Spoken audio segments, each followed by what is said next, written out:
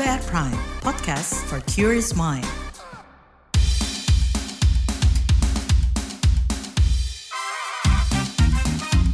What's Trending KBR Pagi, siaran pagi radio paling update.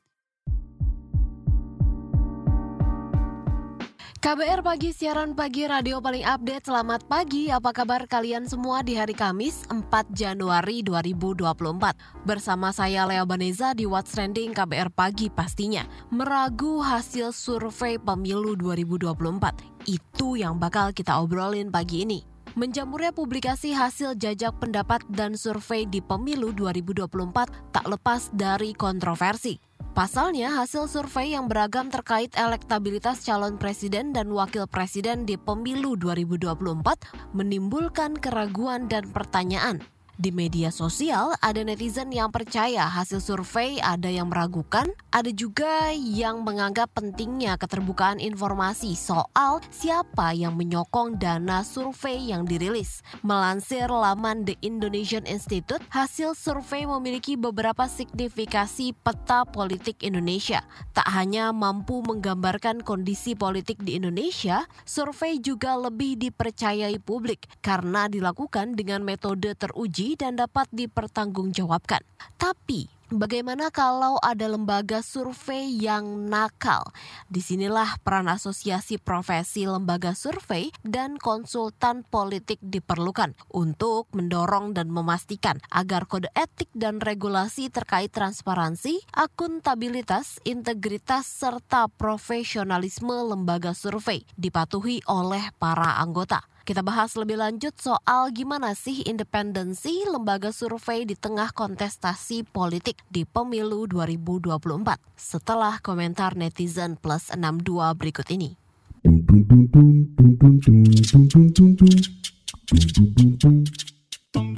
Kita ke komentar @1xx. Prinsip lembaga survei, NPWP, nomor piro, wani piro. Lalu komentar @rasxx. Gue gak percaya sih dengan survei karena lembaga surveinya masih kosong dompetnya nih. Gimana caranya biar dompetnya terisi? Ya itu aja caranya gimana. Lalu ke komentar @danxx. Coba dong buka ke publik lembaga survei itu sumber dananya dari mana coba. Tiap melakukan survei untuk operasionalnya dananya dari mana? @koxx. Gak ada masalah sih lembaga survei itu membiayai sendiri atau dibiayai pihak ketiga, karena survei itu kegiatan akademis berbiaya tinggi. Gak ada masalah juga hasil surveinya salah, tetapi lembaga survei itu gak boleh bohong. Ini masalah prinsip akademis. Ke komentar @sudxx, bukan rakyat yang harus diedukasi, tapi justru lembaga-lembaga survei itu yang harus dibubarkan dan oknum-oknumnya dimasukkan ke bui atas pertanggungjawaban yang menyampaikan hasil surveinya. Lanjut ke @hasxx, rakyat udah cerdas nggak mudah percaya hasil survei. @masxx, bagusnya hidup di Indonesia, para pengamat, pakar, tokoh, budayawan, sampai lembaga survei bisa berpandangan beda-beda. Dan terakhir komentar @ldrxx, beda hasil dalam survei sih nggak masalah, toh itu hanya alat. Siapapun yang jadi presiden nantinya adalah yang terbaik buat bangsa Indonesia. Terpenting adalah jangan saling menjatuhkan karena semua calon pasti punya visi dan misi untuk kebaikan bangsa dan negara. Be positif ya kawan.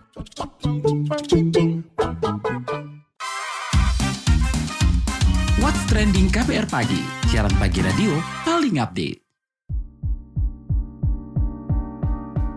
Soal kontroversi dan perdebatan independensi lembaga survei, Komisioner Komisi Pemilihan Umum KPU Idam Holik memastikan lembaga yang mengeluarkan survei opini, exit poll atau sejenisnya di pemilu 2024 terdaftar di KPU. Publik pun diberikan kesempatan mengadukan ke Badan Pengawas Pemilu atau Bawaslu RI jika menemukan dugaan pelanggaran dalam kegiatan lembaga survei. Jika terbukti melanggar, lembaga survei bakal dikenakan sanksi oleh KPU, termasuk pencabutan sertifikat terdaftar di KPU. Lantas gimana sih sistem pengawasan dan konsekuensi kalau ada penyalahgunaan hasil survei? Kita simak penuturan Komisioner KPU Idam Holik kepada KBR 2 Januari 2024.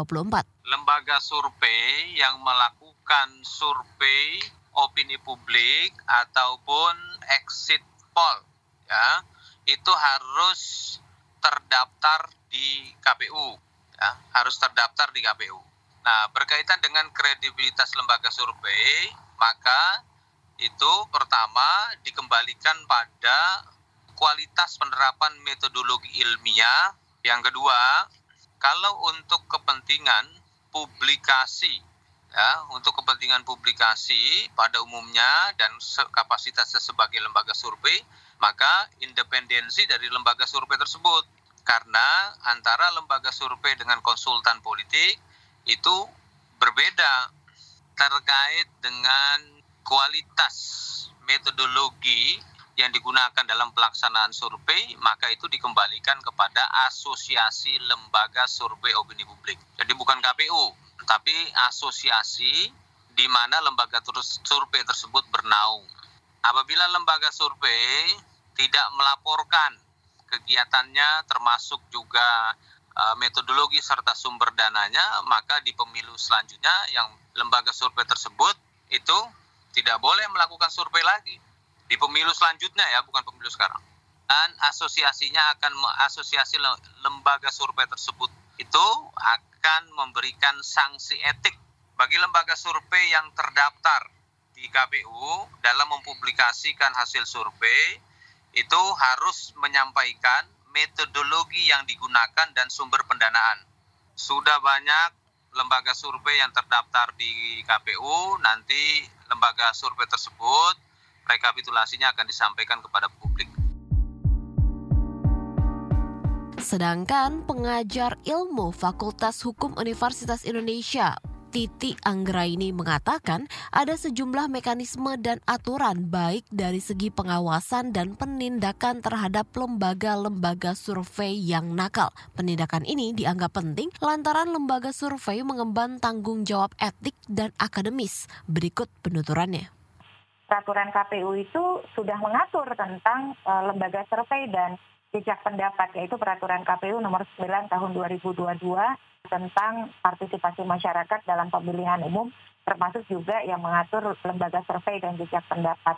Lembaga survei dan jejak pendapat itu harus dilakukan dengan mengikuti ketentuan yang dibuat oleh KPU dan harus terakreditasi ya oleh KPU.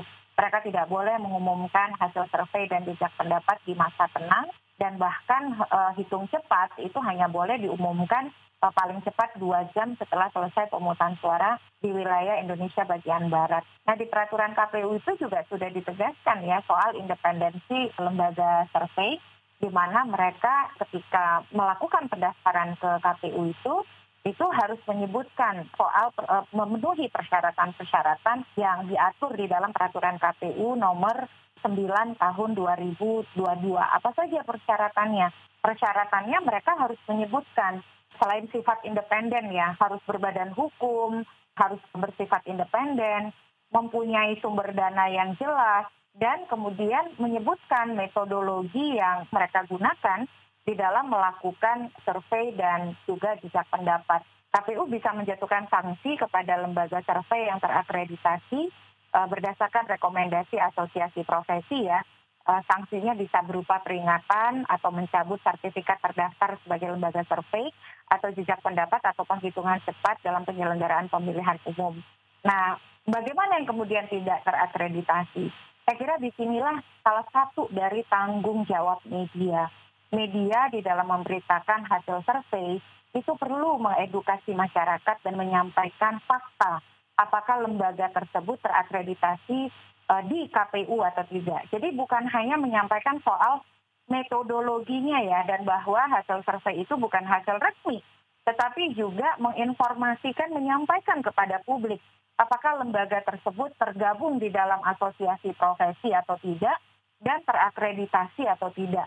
Karena di asosiasi profesi itu mereka punya mekanisme, punya prosedur di dalam menertibkan anggotanya dan juga menegakkan kode etik profesi ya. Ini kan pada dasarnya kan mengandung tanggung jawab etika, tanggung jawab dan etika akademik begitu. Dan itulah gunanya kemudian publik mendapatkan informasi apakah sebuah lembaga survei dan jejak pendapat itu merupakan organisasi yang tergabung di dalam asosiasi profesi atau tidak begitu.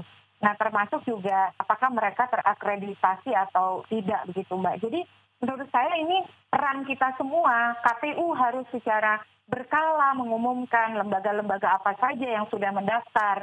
mana yang sudah mendapatkan akreditasi, mana yang sedang dalam proses, dan kemudian menyebarluaskannya kepada publik. Asosiasi profesi pun juga aktif mengumumkan ya kepada publik apa saja lembaga survei atau jejak pendapat dan hitung cepat yang menjadi bagian dari organisasi profesi mereka.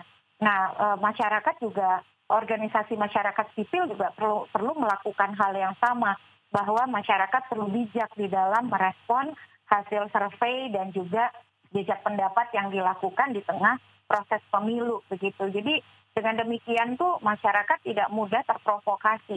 Karena kalau suatu lembaga tidak menjadi bagian dari asosiasi profesi, lalu tidak terakreditasi di KPU, maka patut ditengarai begitu ya, bahwa nilai-nilai yang harus dipenuhi oleh lembaga survei dan jejak pendapat, yaitu independensi, ketidakberpihakan, lalu kemudian bersifat akademik, itu sangat mungkin menjadi kurang terpenuhi atau tidak ada jaminan untuk terpenuhi. Newsbeat. Pemimpin Korea Utara Kim Jong-un beranggapan tindakan rekonsiliasi dan unifikasi terkait hubungan negaranya dengan Korea Selatan tidak ada gunanya. Anggapan ini diiringi agenda diskusi pembubaran lembaga-lembaga yang bertanggung jawab atas hubungan antara Korea Utara dan Selatan. Diskusi tersebut dipimpin Menteri Luar Negeri Korea Utara Choi Son-hee. Menlu Korut menyatakan lembaga-lembaga antar Korea mesti dibubarkan dan direformasi. Tak hanya transportasi, langkah-langkah yang bakal diambil ke depannya dikatakan bakal berubah, lantaran prinsip dasar dan orientasi perjuangannya bakal berubah. Sebuah museum soal tembok besar Cina dibuka di daerah otonom Uighur Xinjiang. Museum Budaya Jalur Sutra dan Tembok Besar Cina menampilkan 600-an benda atau set benda bersejarah. Setidaknya ada 212 peninggalan terkait tembok besar Cina. Peninggalan-peninggalan ini dipamerkan di ruangan seluas 2.500-an persegi.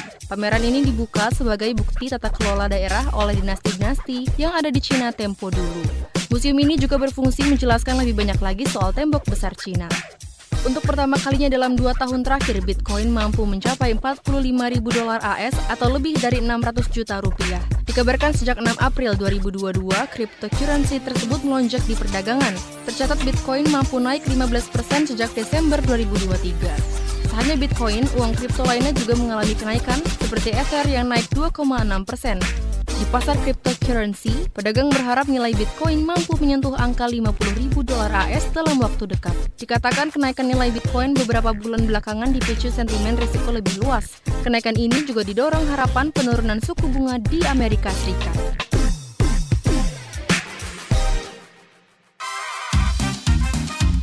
What's Trending KBR Pagi, siaran pagi radio paling update.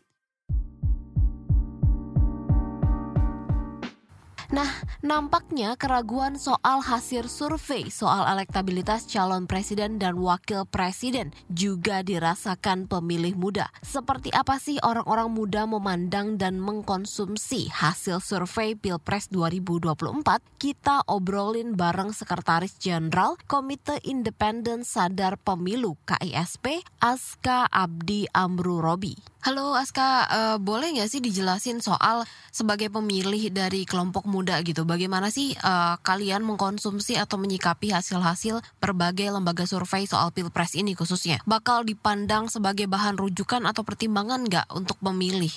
Menjelang pemilu ini ya, banyak lembaga survei baik itu yang sudah kita kenal ya, sudah lama dalam artian sudah berkecimpung di dunia pemilu, maupun yang lembaga-lembaga yang baru buatan orang-orang yang sebetulnya orang-orangnya itu aja seperti itu ya, karena banyak. Kami melihatnya bahwa memang survei itu masih menjadi konsumsi ya di publik. Publik juga masih kebanyakan atau mayoritas masih melihat bahwa hasil pemilu itu kurang lebih bisa dilihat dari survei yang dirilis oleh lembaga-lembaga. Namun memang beberapa kelompok, kebetulan kami juga sempat berdiskusi dengan teman-teman muda seperti itu ya, itu juga agak sedikit ragu sedikit ragu kenapa mereka juga melihat bahwa banyaknya versi hasil lembaga survei itu justru menjadi pertanyaan seperti itu ya. Jadi karena mungkin anak muda saat ini lebih cenderung terbuka terhadap informasi, terutama internet seperti itu, maka informasi-informasi tentang survei itu lebih beragam seperti itu. Maka dari itu, berdasarkan hasil diskusi kami dengan teman-teman anak muda di beberapa daerah, mereka justru merasa ragu seperti itu, apakah lembaga survei ini benar-benar merepresentasikan masyarakat. Apakah lembaga survei ini mencerminkan hasil yang akan terjadi di pemilu. Nah, tapi kami sepakat bahwa dari hasil diskusi bersama teman-teman, untuk hasil pemilu itu kan sebetulnya ditentukan di depan TPS ya, bukan ditentukan dari telepon lembaga survei, kemudian juga dirilis lembaga survei dan lain sebagainya. Artinya bahwa kemungkinan untuk adanya perubahan gambaran, ya, gambaran politik itu mungkin terjadi. Terakhir itu terkait dengan pendanaan, Mbak, terkait dengan maraknya politisi-politisi, baik itu capres-cawapres pun partai politik, atau bahkan dari temuan kami banyak juga anggota-anggota legislatif yang menggunakan lembaga survei, baik itu nasional maupun lokal, untuk melihat peta politik di grassroots seperti itu. Atau bahkan untuk ibaratnya canvassing, seperti selain mereka melihat atau mencari gambaran politik di grassroots, di publik, mereka juga kadang atau tidak jarang seperti itu ya, justru lebih menggiring opini dan juga memberikan indikator-indikator yang justru itu lebih politis. Nah, maka dari itu saya rasa perlu juga, baik itu mungkin capres-cawapres, baik itu partai politik ataupun calon legislatif, itu untuk melaporkan apa kegunaan dari lembaga survei itu sendiri. Kemudian juga lembaga survei ataupun politisi-politisi juga harus atau perlu diaudit seperti kemana arah uang itu berjalan atau bersarang. Apakah ke lembaga survei yang itu memang kredibel, ataupun lembaga survei yang itu hanya datang atau hanya berdiri pada saat menjelang pemilu seperti itu. Oke, berarti sebenarnya hasil dari lembaga-lembaga survei ini sama pemilih tidak dimakan mentah-mentah gitu hasilnya ya, Aska ya? Betul. Tapi kalau Aska melihat sendiri dari pemilih-pemilih, khususnya mungkin pemilih muda, itu mereka tuh ngecek nggak sih, Aska, apakah ini lembaga survei yang kredibel atau seperti apa gitu? Ya, mereka juga saya rasa sering melihat bukan hanya hasilnya seperti yang dilihat, tapi juga latar belakang dari lembaga survei itu sendiri. Karena kan sekarang udah banyak ya lembaga survei terutama menjelang pemilu. Nah, kemarin itu bahkan saya dapat informasi dari teman-teman di grassroots, mereka juga sempat menjadi atau diminta jadi enumerator seperti itu, Mbak. Kemudian juga ada yang menjadi responden dan lain sebagainya. Nah, dari situlah kemudian mereka juga mencari tahu apakah lembaga survei ini terlihat partisan, apakah lembaga survei ini kredibel sudah gitu ya? Sering atau sudah menjadi lembaga survei yang memproduksi informasi-informasi politik, atau hanya memang mendekati pemilu saja seperti itu. Berarti bisa dibilang kalau kredibilitas dari lembaga surveinya ini jadi hal yang penting bagi pemilih-pemilih ya untuk melihat atau menilai hasil surveinya. Betul Mbak. Oke, jadi jangan sampai mereka asal mencari responden. Itu kan ada teknik-teknik khusus ya, Mbak, untuk mencari responden, metode sampling, kemudian juga kriteria dan lain sebagainya. Dan itu juga perlu di-disclaimer, Mbak, saya rasa bagi lembaga-lembaga survei di awal mereka rilis seperti itu. Okay. Apakah ini akan merepresentasikan Jawa misalnya, apakah ini akan merepresentasikan Sumatera, apakah ini akan merepresentasikan Indonesia, atau hanya merepresentasikan anak muda, golongan tertentu dan sebagainya. Itu juga perlu di-disclaimer. Jangan sampai hasilnya pasangan calon ini seperti itu besar dan yang lain kecil, tidak dikasih tahu seperti itu kira-kira kriterianya apa, metodenya seperti apa. Nah, Aska, ini sejauh ini tapi tingkat literasi dari pemilih muda gitu ya soal kredibilitas lembaga ataupun potensi penyalahgunaannya sendiri gimana sih? Kalau itu saya juga masih merasa masih merasa khawatir ya, masih merasa khawatir karena seperti yang tadi saya bilang ya, banyak lembaga-lembaga baru yang justru itu bisa dipercayai oleh para pemuda terutama, atau bahkan mungkin masyarakat luas. Bahkan kebetulan saya ini sedang mantau di Bogor ya, Mbak ya, itu memang hasil dari lembaga survei sangat mempengaruhi orang-orang, segelintir orang di sini, tapi untuk basis-basis teman-teman muda, terutama teman-teman muda yang di warung kopi seperti sering berdiskusi ringan, apalagi teman-teman muda yang di organisasi itu justru merasa ragu untuk membaca hasil dari untuk percaya dari hasil survei itu sendiri seperti itu. Jadi masyarakat juga di satu sisi ada yang percaya, terutama masyarakat yang justru itu di lapisan yang paling bawah seperti itu ya, di akar rumput.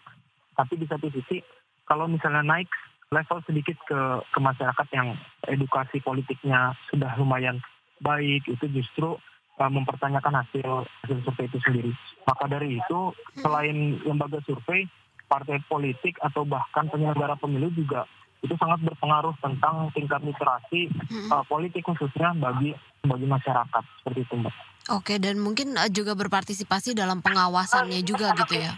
Betul. Oke. Jangan sampai kita di masyarakat ya terutama disuguhkan hasil-hasil survei, tapi di satu sisi kita nggak dapat pendidikan politik yang baik, seperti itu, Mbak.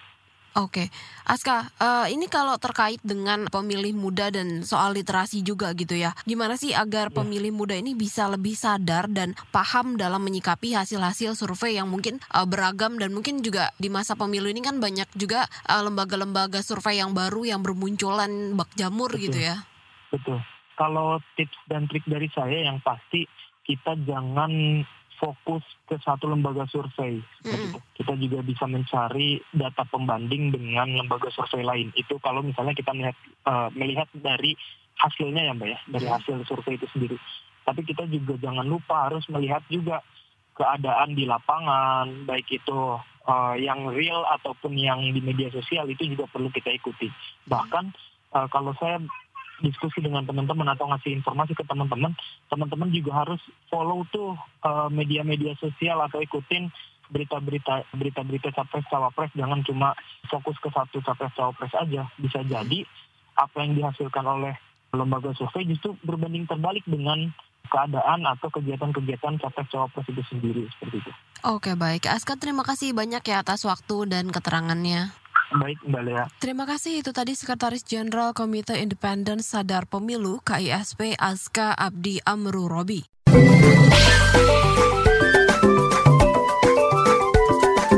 WhatsApp Indonesia. WhatsApp Indonesia dimulai dari Sumedang, Jawa Barat. Pusat Vulkanologi Mitigasi Bencana Geologi (PVMBG), Badan Geologi Kementerian Energi Sumber Daya Mineral (ESDM) merekomendasikan konstruksi bangunan di Kabupaten Sumedang, Jawa Barat harus tahan getaran gempa bumi. Menurut Kepala PVMBG Badan Geologi Kementerian ESDM Hendra Gunawan, ini demi mengurangi risiko kerusakan apalagi kalau dilengkapi jalur dan tempat evakuasi. Hendra mengatakan wilayah Kabupaten Sumedang, Jawa Barat tergolong rawan gempa bumi dan harus ditingkatkan upaya mitigasi gempa bumi.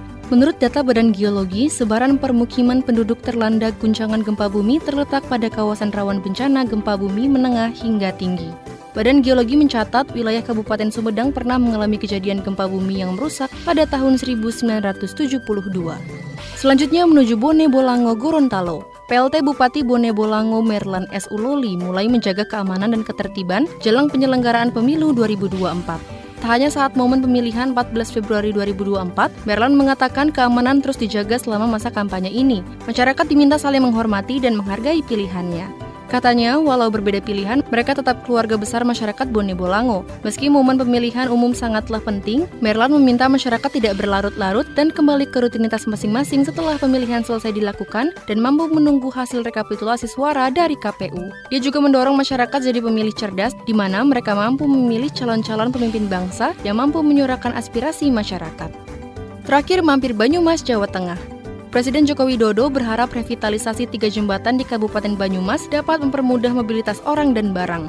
3 jembatan itu adalah Jembatan Tajum Margasana, Tajum Karangbawang, dan Juruk B Surakarta Karanganyar yang baru saja diresmikan Jokowi. Masing-masing jembatan menelan anggaran puluhan miliar rupiah. Presiden Jokowi menambahkan perbaikan dan revitalisasi jembatan perlu dilakukan karena beban transportasi dan logistik semakin berat.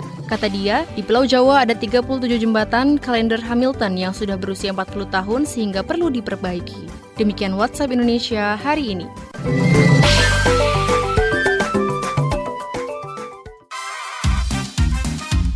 What's Trending KBR Pagi, siaran pagi radio paling update.